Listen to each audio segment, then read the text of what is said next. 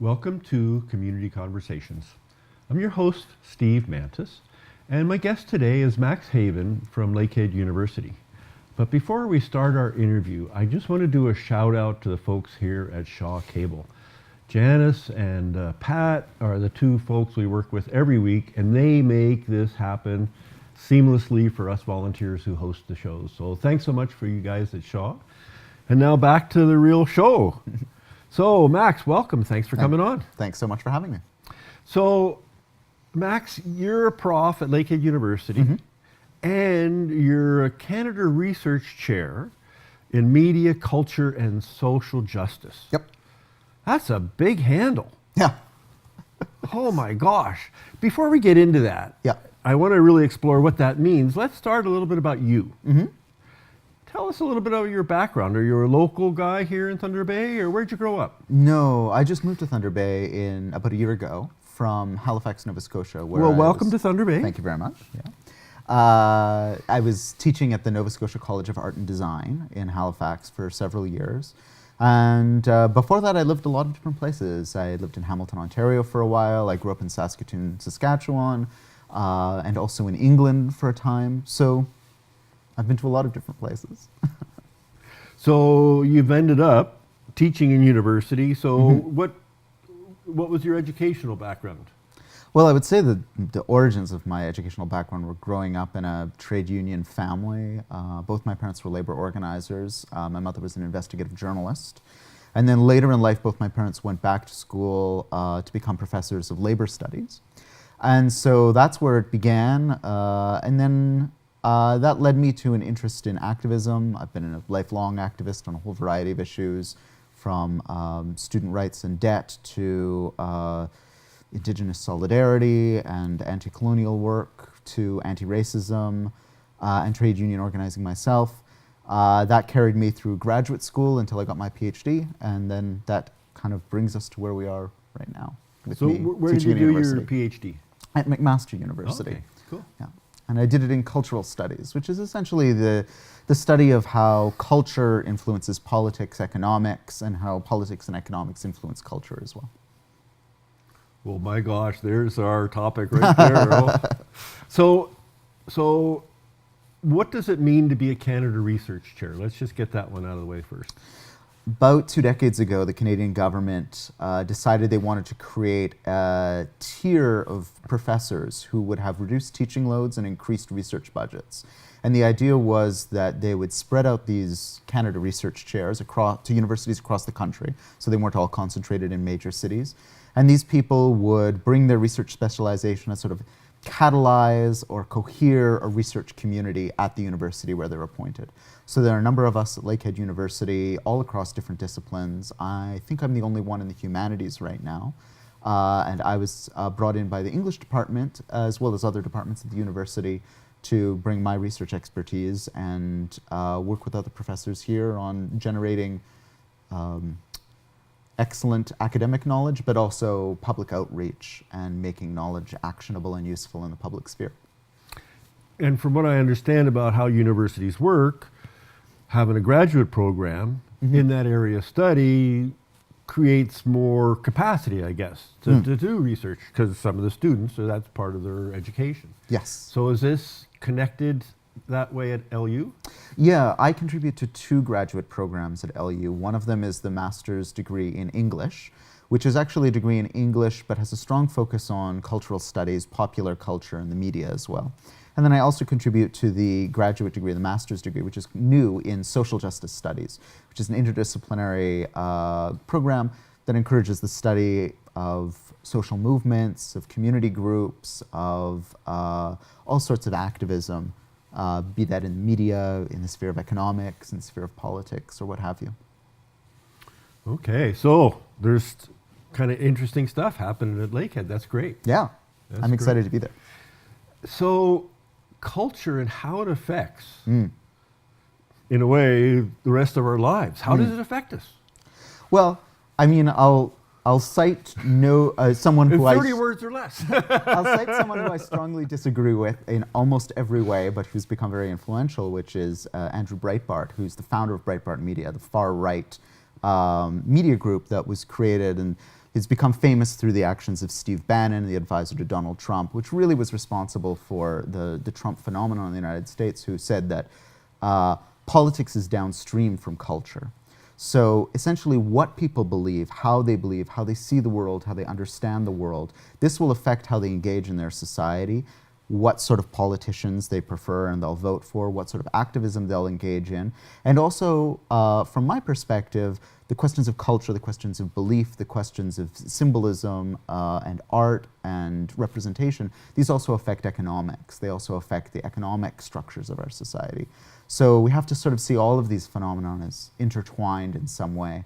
As I mentioned, I strongly disagree with everything that Breitbart Media and that whole empire stands for, but they stumbled upon something that many of us have been studying for generations now, which is how our sense of culture, how our sense of society, how our ideas about society influence the shape that society will begin to take. Well, what I've noticed in terms of that right-wing media is they're able to sometimes capture big ideas in 2 or 3 words. Mm-hmm. The one that really stands out for me is tax relief. Right. It says so much without saying it. Yeah. And it kind of sets up people to think, oh, I need to be relieved from taxes. Yeah.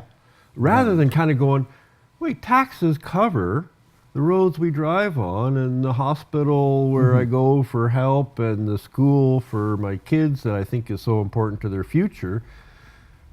It turns that idea of taxes as valuable to something else. Absolutely. Absolutely. I mean, it has been a part of a concerted right-wing agenda to promote that idea that, as a nice report recently put it, tax is a 4-letter word. It's a 3-letter word, we know, but the idea Well, is, if I had to think about it. Yeah. What? And not realizing that taxation is the way that society evens out the playing field so that everyone can benefit. You know, as you say, it pays for social services, it pays for the things that we share together. And it makes sure that our society is not subject to the vast inequalities that can happen when you have a society that's run by an unregulated free market. But unfortunately, over the last 40 years, there's been precisely this sort of attack on this idea of taxation, the idea of sharing the wealth of society. And what we've seen is, realistically, statistically speaking, tax relief, as we know it, has vastly, by and large, only benefited the top quintile of Canadians, the top 20% of earners. Everyone who's earned, the poorer 80% of us are losing out pound for pound on tax relief. Even if we may get a few dollars back on our tax returns, what we lose in terms of the benefit in our lives of public services is astronomical. And the cost of tax cuts, essentially, is borne by those farther down the economic ladder. Well, it's interesting. I just looked at some numbers in terms of taxation in Canada, and 40 years ago, 50 years ago, when I was a young guy, our corporations and our individuals paid the even amount, 50-50 split. Well, in 2016, people paid $141 billion, and corporations paid $41 billion. Right. So someone got tax relief. They certainly did. They certainly did. Please stay with us. We'll be right back, and we're going to explore a little bit about what really makes up culture. Stay with us. Welcome back to Community Conversations. I'm your host, Steve Mantis, and my guest today is Max Haiven, a professor at Lakehead University and the Canada Research Chair in Culture, Media, and Social Justice. Yep. If I mix up those terms, It's totally all right. that's It's mix and match. just the way I go. So, okay, you had mentioned this idea that politics is kind of downstream from culture. Right. So I'm thinking, okay, all right, culture's up here, and then in terms of politics, we kind of go, okay, we have to pay attention to this in order to get reelected and kind of go to the future. So what makes up culture? I mean, I kind of think, okay, we have ethnic groups that have a certain religion, and so they've got a culture. But then we're in this big world Yeah. with TV and internet that gives us all this other parts of culture. What makes up culture? Like how do they look at that so they can figure out stuff? I'll try and give you the 30-second answer rather than the 4-year degree answer, because in the field of cultural studies, we ask this question all the time. This is it, eh? Basically, culture is two overlapping things. One of them is what we call the anthropological view of culture, and the other one is what we call, usually something like the high culture view of culture. The anthropological view of culture is the way you would talk about the culture of tribal peoples in the Amazon rainforest, or you'd talk about the culture of ancient Sumeria, or you talk about the culture of pre-war Weimar Germany. You would think about the whole life world of a people, the sorts of ranks and social interactions, the forms of ritual, the forms of music, the forms of expression that a culture has. Okay, so this is the anthropological view of culture, like you would study sort of in an anthropology class. The other view of culture is the one that we tend to use a little bit more, typically, is when we think about music, film, literature, all the forms of cultural production that we do in our society. So in cultural studies, we try and take a look at any phenomenon from both of these perspectives.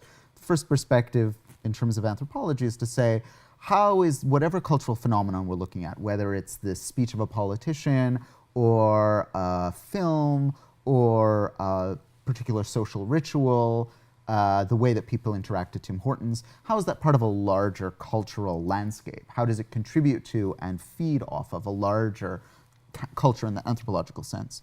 Then we also think about it in terms of a particular cultural production with particular forces and characters behind it, in the same way that we would think about analyzing a novel or analyzing a film or analyzing a piece of music. So culture, in a sense, is both at once. And, I think about the power of TV and movies, the visual piece that seems to, it really gets me. Like I'm an addict. Yeah. You put something on the screen, I'll watch it no matter what it is. It's like I'm terrible. Yeah. But I see in movies, in TV, they are combining those two parts of culture right on the screen I think about. I'm thinking about My Great Big Greek Wedding. Right.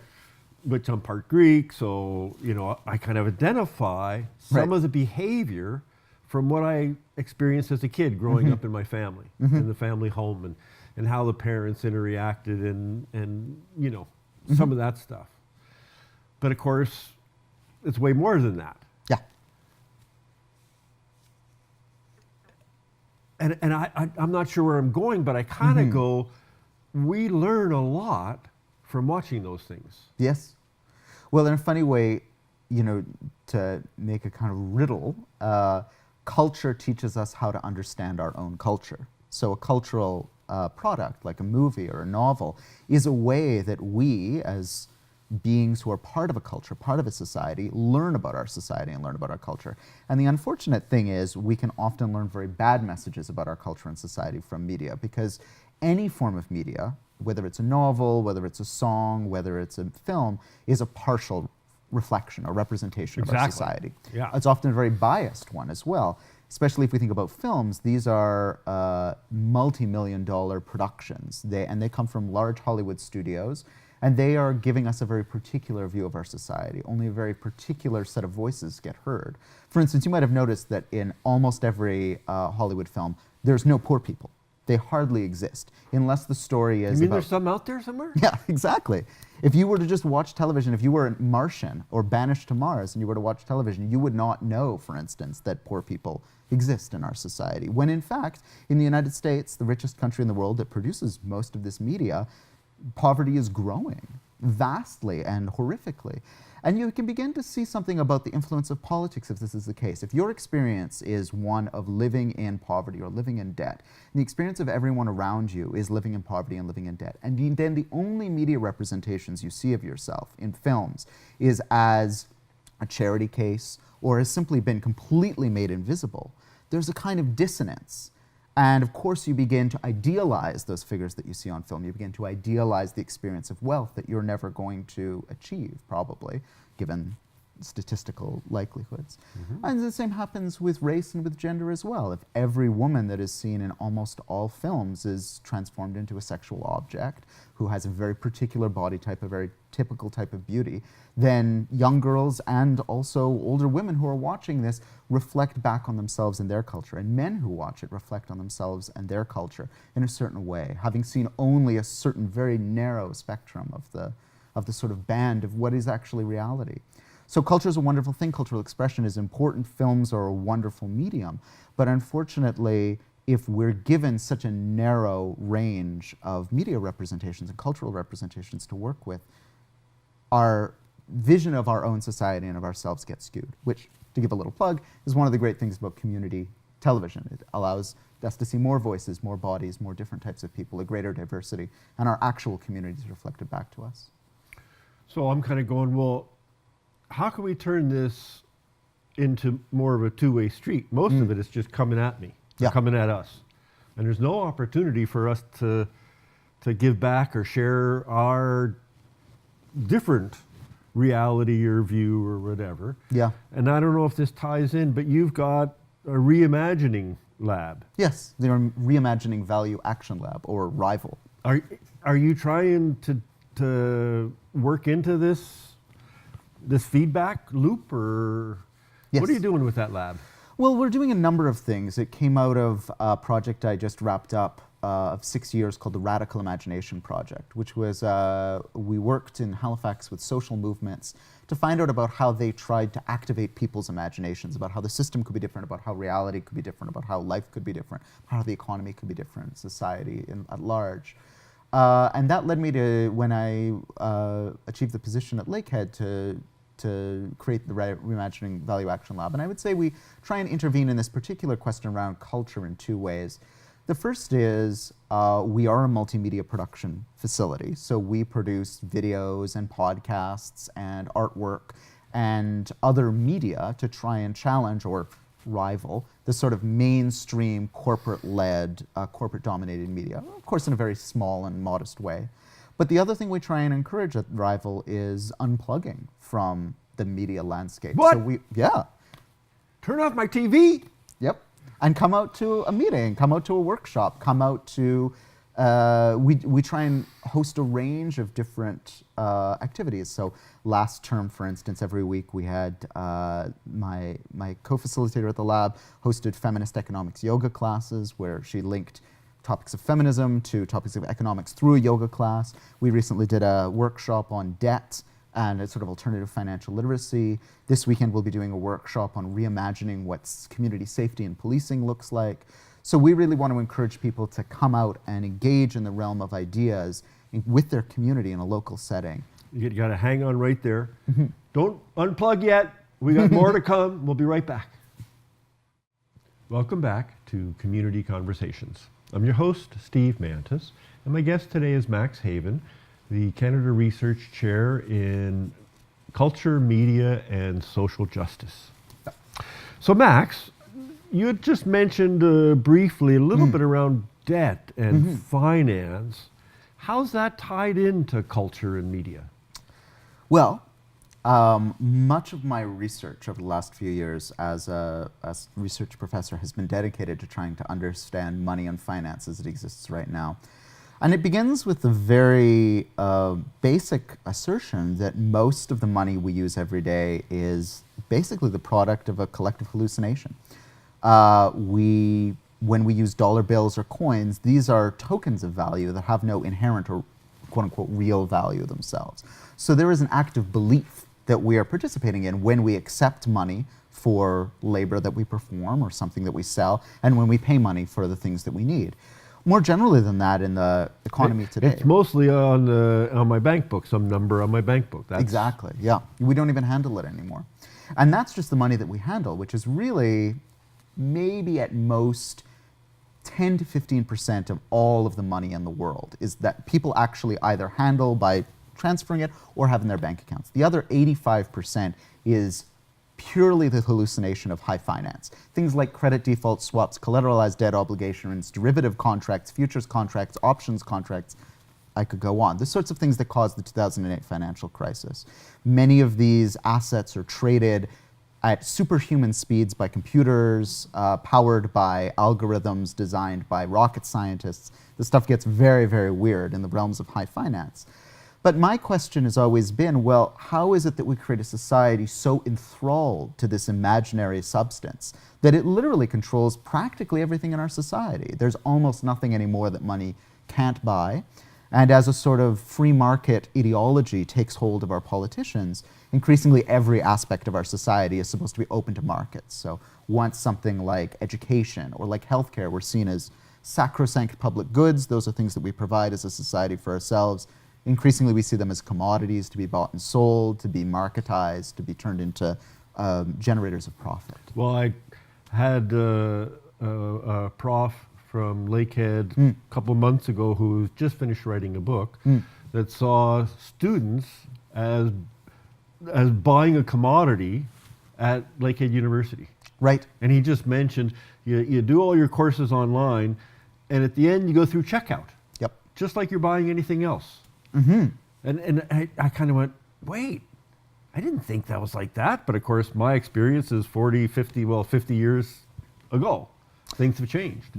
They have. And there's a big struggle going on in universities over these two models. Will education be a commodity that precisely you purchase your credential, and increasingly you go vastly into debt in order to purchase that credential? You purchase that credential in the hopes that it'll allow you to get in a lottery for a job that may or may not lead to what we imagine to be a middle-class lifestyle. The situation that faces youth today is extremely grim in this regard. So is that what education will be, or will education be about training the future members of a complex society who need to have a wide number of specialties and ways of thinking under their belt before they can go into a very complex and dangerous world? And that's the sort of education that I would like to contribute to, one that prepared citizens to take up a position in a democratic society. But who can you make money doing that?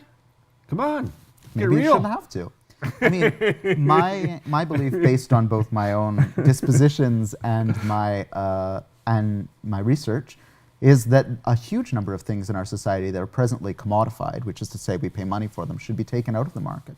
Things like housing, to a certain extent things like food, certainly things like education and healthcare. These shouldn't be things that people have to buy or sell under any circumstances. They should be something that we, as a very wealthy society, one of the 8 richest societies in the world right now, we can certainly afford it. It's a question of how we want to spend those resources and what sort of strictures we want to place on people's lives. And that, just to bring it back, is a cultural question. Mm-hmm. It's a question about what values we have as a society, how we express those values, how we share those values, and how we imagine our relationship to one another. Those are the questions of culture that fascinate me. You know, people that know me and maybe pick it up from watching the show know I'm a local activist around social justice. And on Monday this week, you know, I'm presenting to the politicians, the parliamentary committee, you know, coming to Thunder Bay on finance and economic affairs. And when you talk about the culture, you know, it makes me wonder, because as you say, like, poor people aren't portrayed. And, you know, talking to knowledgeable people in the political process, when I ran for election, they said, don't bother going in the poor neighborhoods. Right. They don't vote, so it doesn't matter. Well, those two things together, you kind of go, is that tied in to how our budgets are actually determined? That we can then allow people who have a disability to not have enough money to pay for rent and food? Yeah, absolutely. Absolutely. Well, I think our political system prefers those, even for candidacy, who have the resources to be able to float their own elections, especially as you get higher in the electoral system. People need a lot of sponsorship from donors and from companies. Those donors and companies tend to, if they're already rich or doing well enough that they're donating to political causes, they tend to advocate free market solutions that are going to benefit them. So there's a lot in our system, in our electoral system, that privileges and gives preference to people who are going to essentially ignore the needs of the poor, or who are going to only care about poor people as a form of paternalism. Like, you know, oh, here we are, we're going to give you this thing. So there's very few poor people's voices or disabled people's voices that ever get heard within the political system as it stands. And that's a very dangerous thing, because it means further marginalization. It means policies will be passed that have bad impacts on those populations. But it also means that for all of those who this political system and this economic system has forgotten and who are made invisible, there is a growing, palpable sense of anger. And unless that anger is educated and mobilized by people who are interested in social justice, it will be educated and mobilized by people who are interested in revenge. And that is essentially the political system that we're seeing emerge around the world, with this return to authoritarian and racist politics, with the politics of resentment that has no vision of a greater society. It's just an attack on what are perceived to be the actions of elites. So I really believe it's very important for people at all levels of the political and economic reality to become increasingly involved, and that's sort of one of the things we're dedicated to doing at the Reimagining Value Action Lab. So in the last 30 seconds, one thing that people can do to get involved. To get involved, I think they should look at what are the needs in their neighborhood and their community. Who are the people who are not succeeding or who are being left behind? And then rather than trying to do something for those people, let's see if we can work together to make things better on a community basis, to get to know our neighbors again, to unplug from the media as we know it, and to start living in community again in a compassionate way. Max, thanks so much for coming on the show. If people want to get in touch with you, what can they do? They could go to the Reimagining Value Action Lab website, which is rival@lakeheadu.ca, and they can see our upcoming events, and they can also get in touch with me there. Thanks again. We're out of time. Thanks for watching this week. We're always looking for your ideas. Send them into Facebook, Community Conversations. Take care and be safe.